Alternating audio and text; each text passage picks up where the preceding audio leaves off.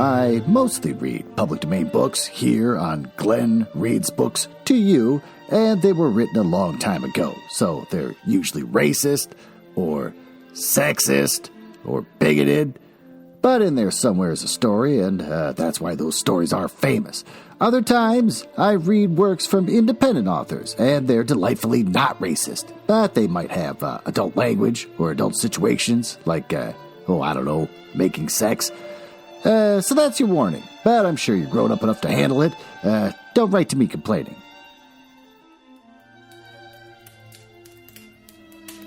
Now the stair nuzzles. It's got a nice ring to it. I don't see any problem with that at all. Oh, God damn it.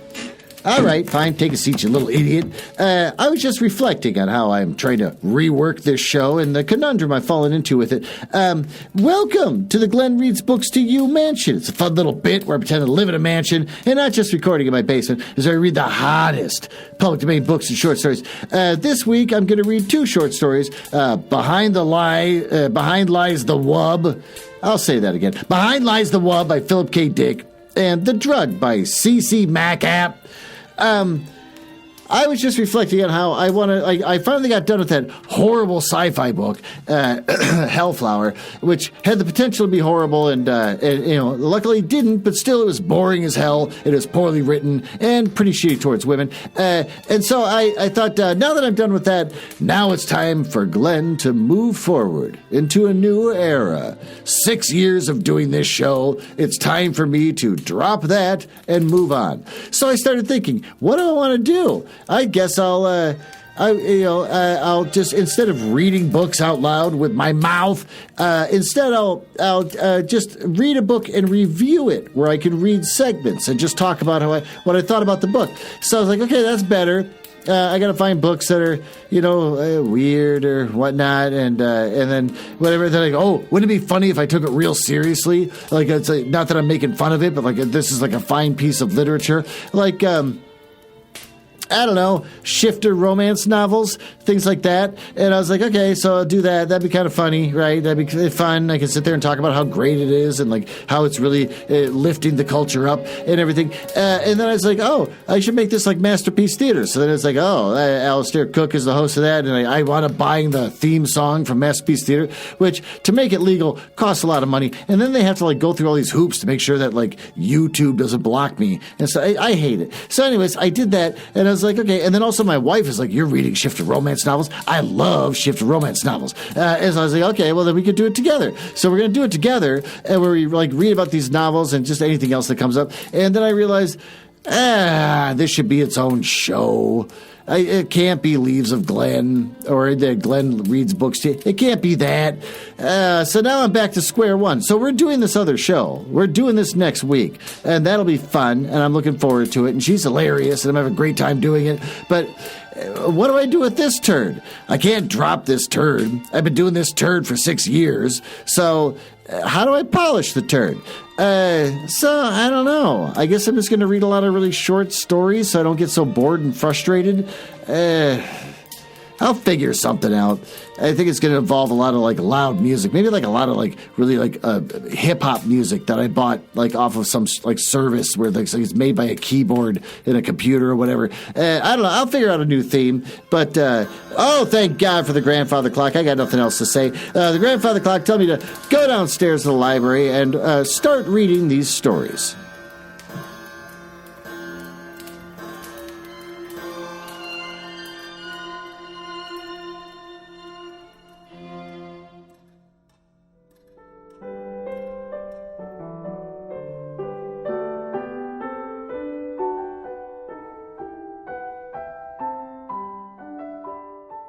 Okay, hold on, hurry up. I was just taking another leak. I got a prostate thing. Take a seat and snuggle up here in the library, which it's kind of weird. It's been very warm out, so it's getting real humid in the house thanks to the new humidifier. So it's kind of a little bit wet in here, but just sit back and relax as I read Beyond Lies the Wub by Philip K. Dick. Published 1952 in Planet Stories, Volume 5, Number 7. That's not important. They had almost finished with the loading. Outside stood the Optus, his arms folded, his face sunk in gloom. Captain Franco walked leisurely down the gangplank, grinning. What's the matter? He said.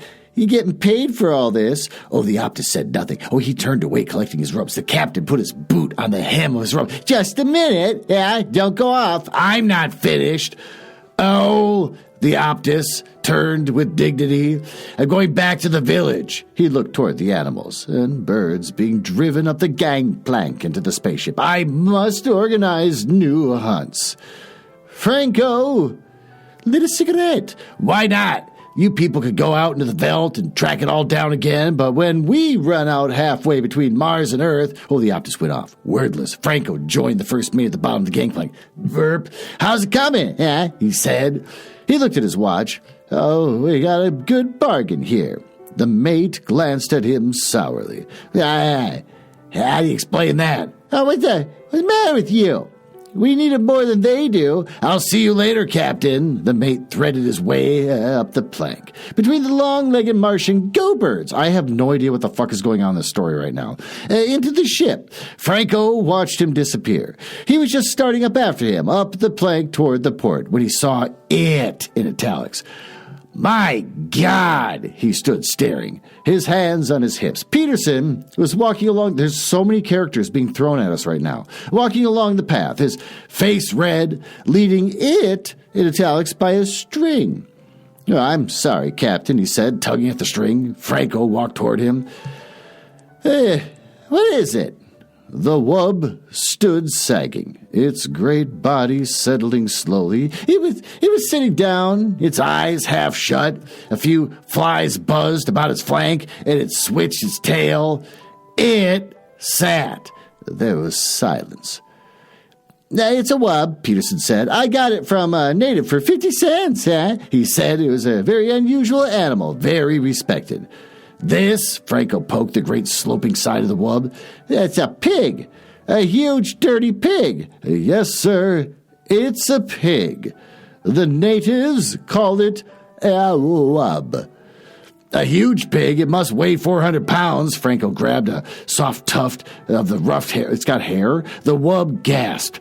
Its eyes opened, small and moist, and then its great mouth twitched. The way they're describing this, it sounds disgusting. It's got a huge tuft of hair, and it's all big and it's got moist eyes. A tear rolled down the wub's cheek and splashed on the floor. Maybe it's good to eat, Peterson said nervously. Well, we'll soon find out, Franco said. The wub survived the takeoff, sound asleep in the hold of the ship.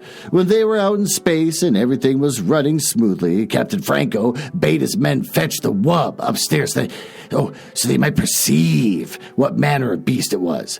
The wub grunted and wheezed, squeezing up the passageway. Come on, Jones grated, pulling at the rope. The wub twisted, rubbing its skin off on the smooth chrome walls.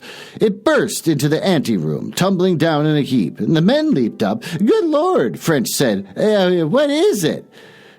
Peterson says it's a wub, Jones said. It belongs to him. He kicked at the wub. The wub stood up unsteadily, panting. What's the matter with it? French came over. Is it going to be sick? They watched. And the wub rolled its eyes mournfully, and it gazed around at the men. I think it's thirsty, Peterson said. He went to get some water, and French shook his head. Well, no wonder we had so much trouble taking off. I had to reset all my ballast calculations. Peterson came back with the water, and the wub began to lap gratefully, splashing the men. Captain Franco appeared at the door. Well, let's have a look at it, he advanced, squinting critically. You got this for 50 cents? Yes, sir, Peterson said. It eats almost anything. I fed it on grain and it liked that, and then potatoes and mash, and scraps from the table, and milk. It seems to enjoy eating. And after it eats, it lies down and goes to sleep. I see, Captain Franco said. Now, as to its taste, that's the real question. I doubt if there's much point in fattening it up anymore. It seems fat enough for me already. Where's the cook? I want him here. I want to find out. The wub stopped lapping and looked at the captain. "Really, Captain," the wub said, "I suggest we talk of other matters." The room was silent. What was that?" Franco said. "Just now." "The wub, sir," Peterson said. "It spoke." They all looked at the wub. What did it say?" "What did it say?" "I suggested we talk about other things." Franco walked toward the wub. Now he went all around it, examining it from every side, and then he came back over and stood at the men. "I wonder if there's a native inside it," he said thoughtfully. "What? Okay. Maybe we should open it up and have a look." "Oh, goodness," the wub cried. "Is that all you people could think of, killing and cutting?" Franco clenched his fist. "Come out of there, whoever you are. Come out." Nothing stirred. The men stood together, their faces blank, staring at the wub. The wub swished his tail, and it belched suddenly. "I beg your pardon," the wub said. "Well, I don't think there's anyone in there," Jones said in a low voice. They all looked at each other. The cook came in. "You wanted me, Captain?" he said. What's this thing?" "This is a wub," Franco said. "It's to be eaten. Will you measure it and figure out?" "I think we should have a talk," the wub said. "I'd like to discuss this with you, Captain, if I might. I can see that you and I do not agree on some basic issues." The captain took a long time to answer. The wub waited good-naturedly, licking the water from its jowls. "Come into my office," the captain said at last. He turned and walked out of the room, and the wub rose and padded after him. The men watched it go out. They heard it climbing the stairs. "I wonder what the outcome will be," the cook said. "Well, I'll be in the kitchen. Let me know as soon as you hear." "Sure," Jones said. "Sure." The wub eased itself down in the corner with a sigh. "You must forgive me," it said. "I'm afraid I'm addicted to the various forms of relaxation. When one is as large as I—" The captain nodded impatiently. He sat down at his desk and folded his hands. "All right," he said. "Let's get started. You're a wub, Is that correct?" The wub shrugged. "I suppose so. That's what they call us. The natives, I mean. We have our own term. You speak English? You been in contact with Earthmen before?" "No." "Then how do you do it?" Speak English. Am I speaking English? I'm not conscious of speaking anything in particular. I examined your mind." "My mind?" "I study the contents, especially the semantic warehouse, as I refer to it." "No, I see," said the captain. "Telepathy, of course." "We are a very old race," the wub said. "Very old and very ponderous. It is difficult for us to move around. You can appreciate that anything so slow and heavy would be at the mercy of more agile forms of life. There is no use in our relying on physical defenses. How can we win? Too heavy to run? Too soft to fight? Too good-natured to hunt for game? How do you live? Plants, vegetables. We can eat almost anything. We're very Catholic, tolerant, eclectic, Catholic. We live and let live. That's how we got along." The wub eyed the captain. "And that's why I so violently object to this business about having me boiled. I can see the image in your mind. Most of me in a frozen food locker, some of me in a kettle, a bit for your pet cat." "Do you read minds?" the captain said. "Oh, how interesting. Anything else? I mean, what else can you do along those lines?" "A few odds and ends," the wub said absently, staring around the room. "Nice apartment you have here, Captain. You keep it quite neat. I respect life forms that are tidy. Some Martian birds are quite tidy. They throw things out of their nests and sweep them."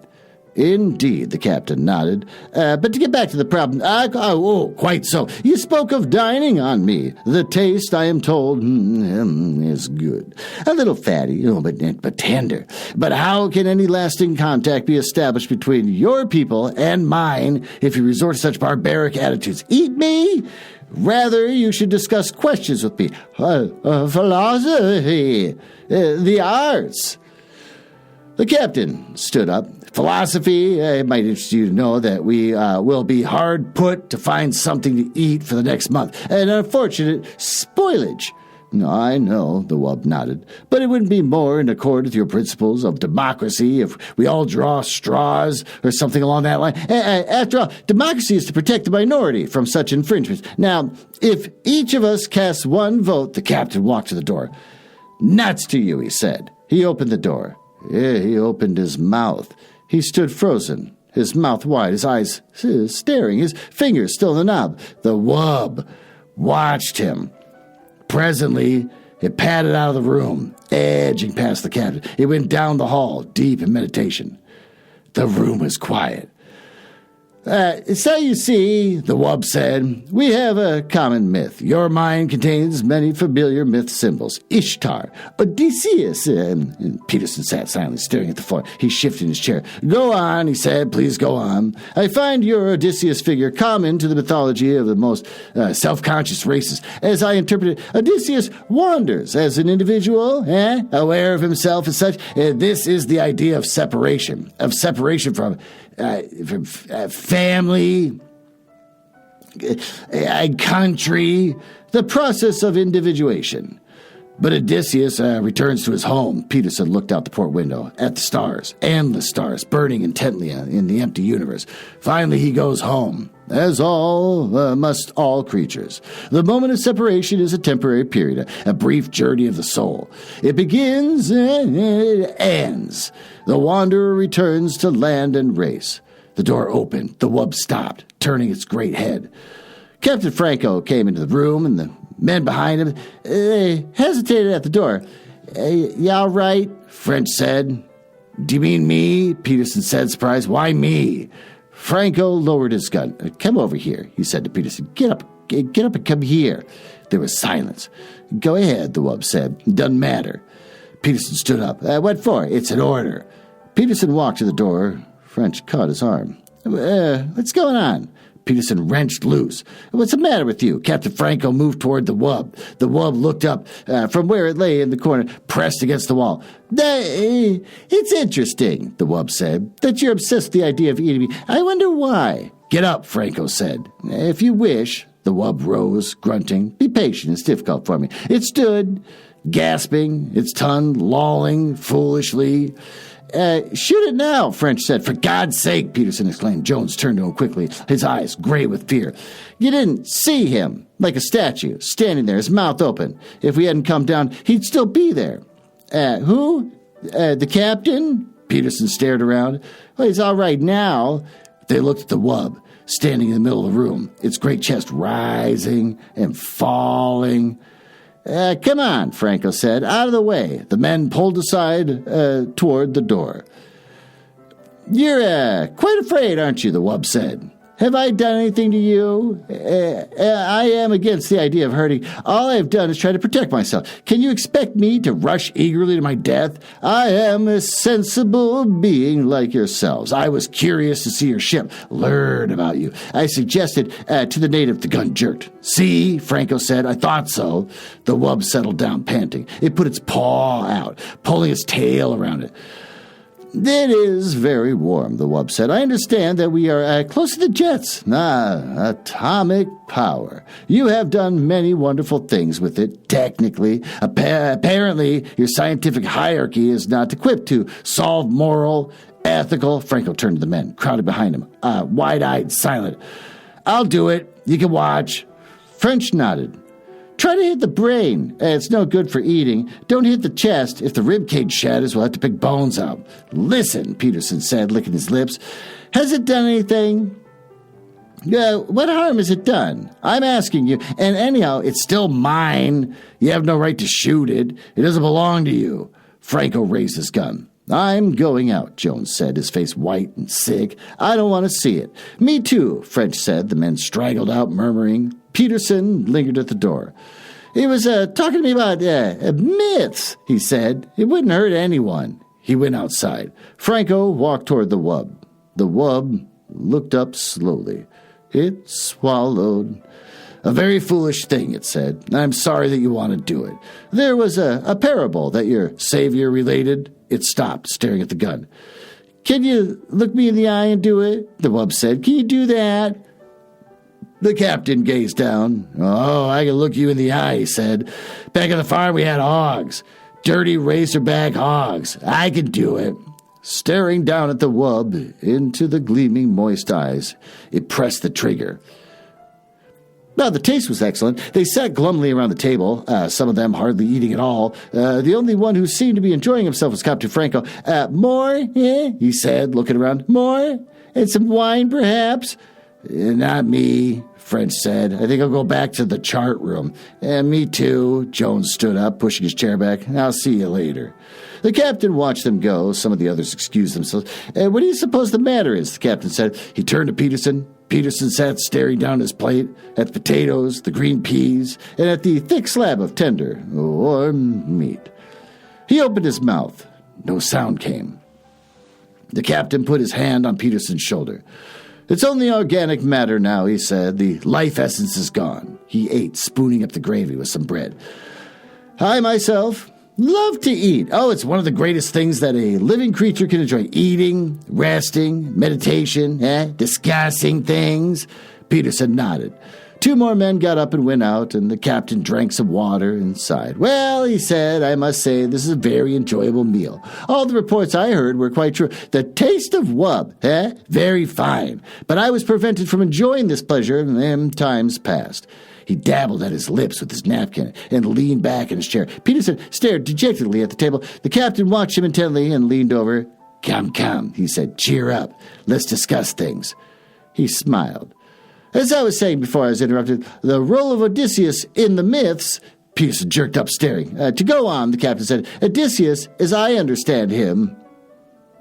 Well, that's the end of that claptrap. Why don't we go down to my basement, which is totally normal and not a problem. Don't look at me like that. Just go down to the basement as I let you know about the latest upcoming books from Penguin Random House.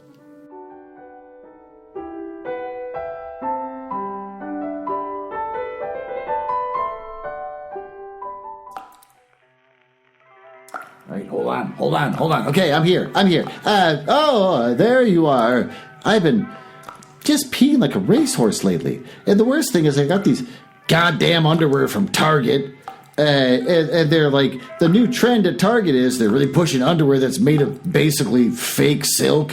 So if you got a couple extra drips, man, they just soak right through and just like go down your pant leg. It just land on top of your foot or shoe. Welcome to my basement as I sit here underneath this naked light bulb playing my guitar for you, and you sit in that empty folding chair underneath that naked light bulb, listening as I let you know at the latest book from Penguin Random House. Wow, you look terrible. How to Parent Less and Live More by Danny Ricker. Forward by Jimmy Kimmel. Oh, that's nice. You want to hear about it? Sure you do. About Wow, You Look Terrible. From Jimmy Kimmel Live, co-head writer Danny Ricker comes a self-help manifesto for parents on the brink of despair. Oh, this has never been done before. Guaranteed to help you reclaim the 3 things you lost when you had kids. Your time, your money, and your mind. You used to be a person, a real one, with hobbies, expendable income, and sex. That was at least semi-annual. Oh, God, this guy's life he's already showing you that his life wasn't great before kids. But then you had kids, and the more you became a parent, the less you became yourself. This guy really hates himself. I have kids, and I don't have this opinion. You love your children deeply. It sounds like you're compensating, but most days you feel like nothing more than a butler in sweatpants. That ends today.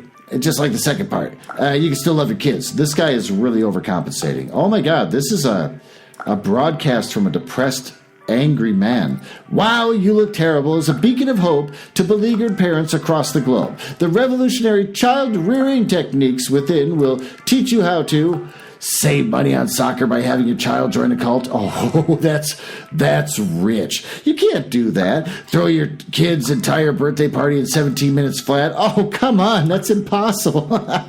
Get shredded abs while pulling your toddler out of a bounce house. Oh, I never had enough money to rent a bounce house. Rid your life of the Easter Bunny once and for all. Oh, don't do that. You're nasty. He's saying the things we all think, and it's nasty. And much more.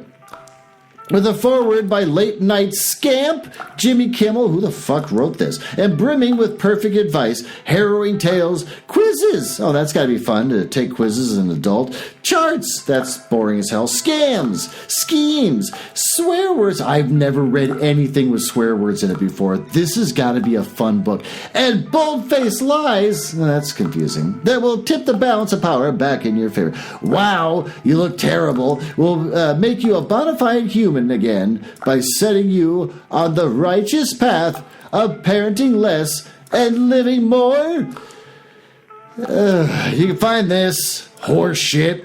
Oh, hardcover. What an asshole. You're doing a hardcover first. No one's going to buy this book. You put it out hardcover first. As if people are going to clamor to scoop that up, and that's where you make most of your money before you do software. At $26.99, not worth it. April 22nd. Oh, good. It's taking a long time to come out. From Amazon, which supports fascism. Barnes & Noble, don't know about that. Books A Million, who knows. Bookshop.org, I don't think supports fascism. Hudson Booksellers probably does. Powell's, yeah. Target for sure. And absolutely Walmart. Well, with that, why don't we go back to the library and read the next story in our pig series.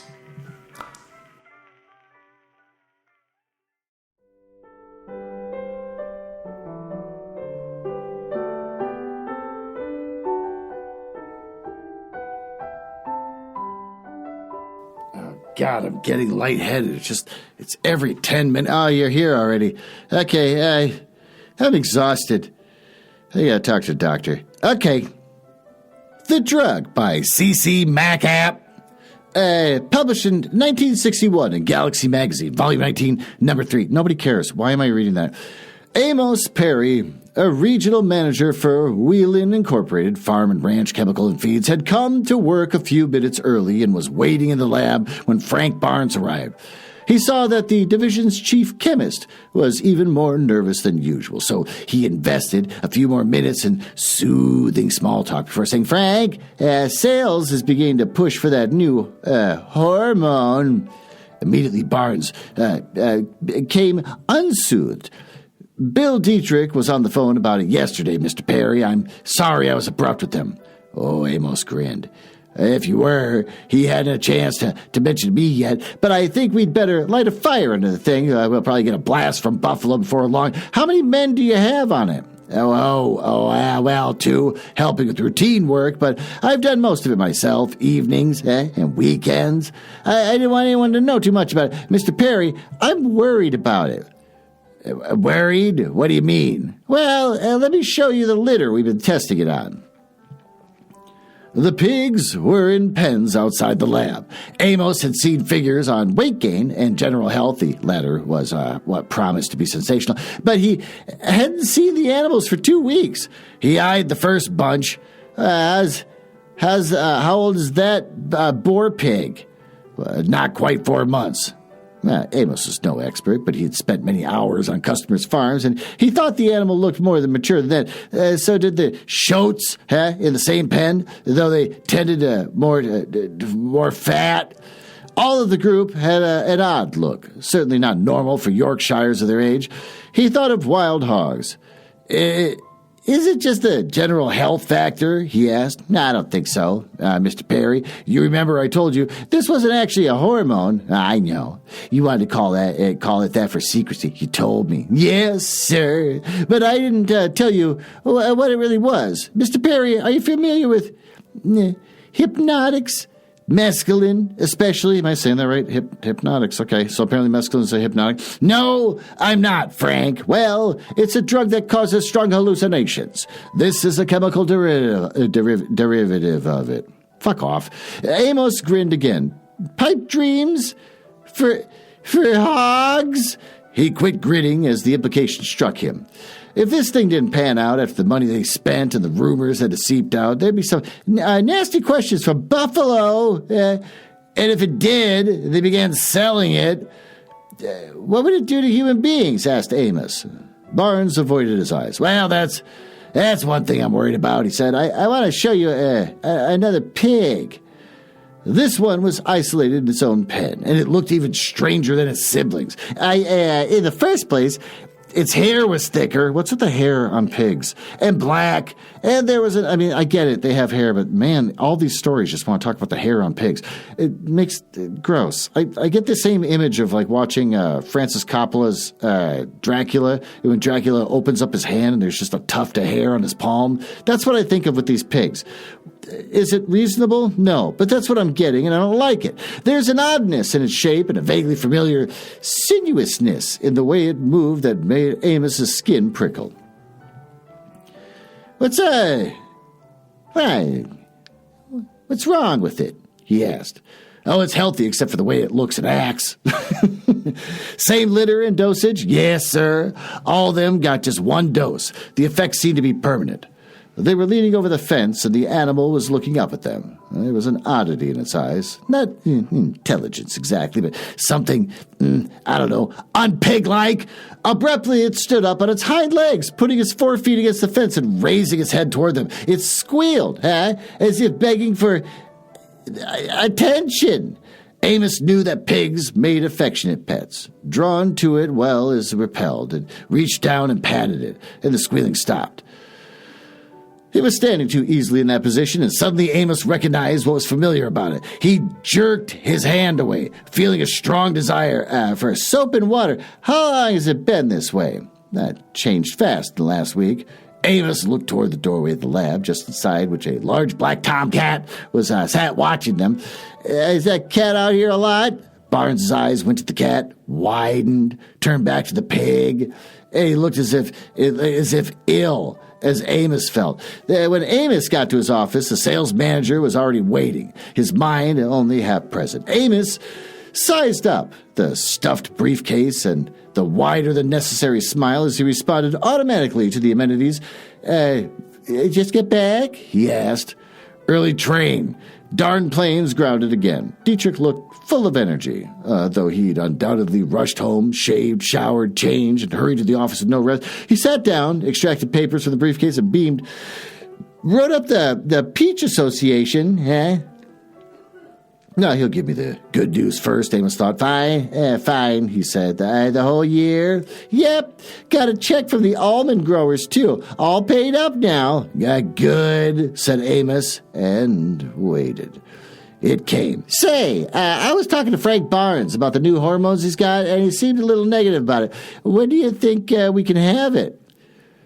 It was a temptation to answer with false optimisms and duck the issue for a while, but Amos said, the slowest thing will be the state and federal testing and registration. Whatever. Fuck you, it's my show. I'd say not less than a year. Oh, and Dietrich nodded. Competition's selling more and more stuff. It's not registered. Fly-by-night outfits. They're always getting caught. Dietrich smiled. Every night they fly away with more business. Amos managed a smile, though the argument was old and weary. We'll put it up to Buffalo if you want to, Bill. I can't okay it myself. Dietrich dropped the subject. Not being a man to beat his head against a stone wall if there were ways around it, and for the next hour Amos had to listen to the troubles. Competition had cut prices on this, upped active ingredients in that, and put such a new product on the market. Whelan's factories and warehouses already groaned under a crippling diversity of products, but sales didn't feel that was their problem. And even the credit policies needed revising. But worst of all was a $15,000 claim for damage to pear trees, which caused by a bad batch of Whelan's arsenical insecticide. Fuck off, it's my show. Amos got rid of Dietrich with a few definite concessions, some tentative ones and some standoffs. He made sure no one was waiting to see him and told his secretary he didn't want to be bothered before lunch. He had a lunch date with a customer and dreaded it. It meant 3 or 4 highballs and overeating and an upset stomach later. Before then, he had a few minutes to try and get his mind straightened out. He mixed a glass full of the stuff he was supposed to take about now. The complete executive, he thought, with physician and prescription attached. It didn't seem possible that this same body once breezed through anything from football to fried potatoes. Mechanically, his mind on the lab pigs, he got a small bag of grain out of a desk drawer. He hoped nobody, except his secretary, of course, knew he wasted time feeding pigeons, but it helped his nerves, and he felt that he had a right to one or two eccentricities. They were already waiting. Some of them knew him and didn't shoo off when he opened the window and scattered grain on the ledge outside. A few ate from his hand, Now it was a crisp day, with the sun slanting, the window was warm, and he leaned there, watching the birds, more circling in now, and looked out over the industrial part of the city. The rude shapes were softened by haze, and there was nothing noisy close by. But he could also imagine some country landscape. He looked at his watch, sighed, pulled his head in, and shut the window. The air conditioner's hiss replaced the outside sound. Not even imagination could get rid of the city for long. Going through the outer office, he saw that Alice Grant, his secretary, already had her lunch out on her desk. She was a young 30. No, not very tall, just inclined to plumpness. She wore her blonde hair pulled back into a knot that didn't succeed in making her look severe, and her features were well-formed and regular, if plain. Amos noticed a new bruise on one cheek and wondered how long she'd stay with her sod of a husband. There were no children to hold her. I'll probably be back late, he said. Anything for this afternoon? Just Jim at 2:30 and the union agent at 3. The lunch, didn't go too badly. Lubricated as customer liked it, and Amos was feeling only hazily uneasy when he got back. A stormy session with his plant superintendent jarred him into the normal disquiet. Jim Glover was furious at having to take the $15,000 claim, though it was clearly a factory error. He was also, I'm kind of bored of all this, he also fought a stubborn delaying action before giving Amos a well-hedged estimate of $50,000 to equip for the new drug. He complained that Frank Barnes hadn't given him enough information. Amos was still trembling from that encounter when the union business agent arrived. The lunch was beginning to lump up. He didn't spar effectively. Not that it made much difference. The union was going to have to raise or else. By the time he squirmed through the interview, then dictated a few letters, it was time to go home. He hoped his wife would be out so that he could take some of his prescription and relax. Then he met him at the door of the verbal barrage. Their son, nominally a resident of the house, had gotten ticketed with the college crowd for drunken driving, and Amos had to fix it. The Templetons were coming in for the weekend. The brother's boy was graduating and thought he might accept a position with Amos. She paused and studied him. I hope this isn't one of your grumpy evenings. The Ashtons are coming for bridge. His control slipped a little, and he expressed himself pungently on Wednesday night bridge after a nightclub party on Tuesday with a formless affair at somebody else's house on Monday. She stared at him without compassion and comprehension. Well, they're all business associates of yours. I wonder where you think you'll be without a wife who was willing to entertain. He'd been getting a lot of that lately. She was squeezing the role of executive wife for the last drop of satisfaction. Well, since she couldn't relax with the indignation, there's only one thing to do. He headed for the bar. Now, don't get tipsy for dinner, she called after him. He got through the evening well enough, doused with martinis, and the night that followed was no much worse than that. At 9, when does the story end? At 9 the next morning, the call had been expecting from Buffalo came through. Hello, Stu, he said to the president of the company. Hello, Amos. Still morning out there, How's the family? Good. Say, Amos, couple of things. This big factory charge, production screaming. It's definitely a bad batch, Stu. Well, then that's it, then. Question is, how did it happen? Jim Glover says he needs another control chemist. Hope you're not practicing false comedy out there. You want to die or another man, but Stu. Okay, well, we're not going to read this anymore. The story's boring the shit out of me. And it's my show, and I can do whatever the hell I want. So why don't we wrap this up and go down to the smoking room and have a cigarette and talk about the one story I actually finished.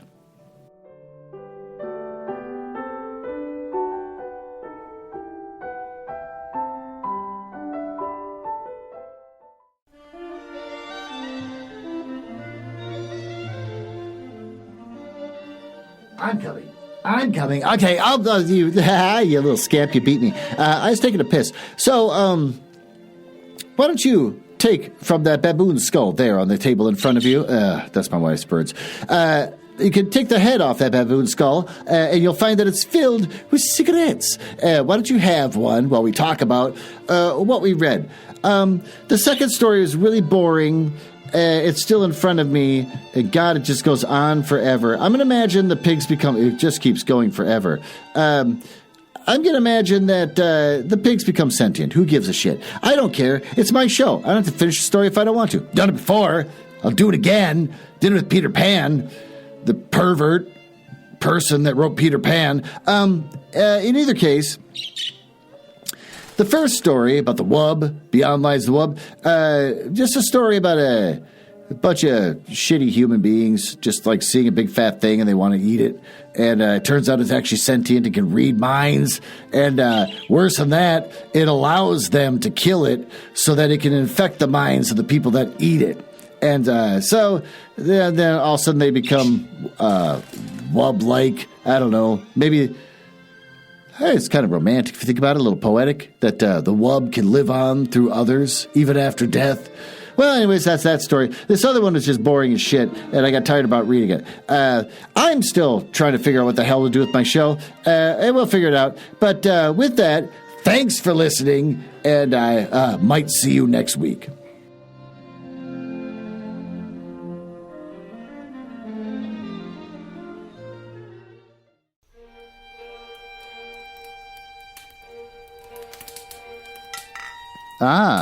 Well, it appears you found me in the part of the podcast I hate the most, where I tell you all about the places on the internet where you can find me.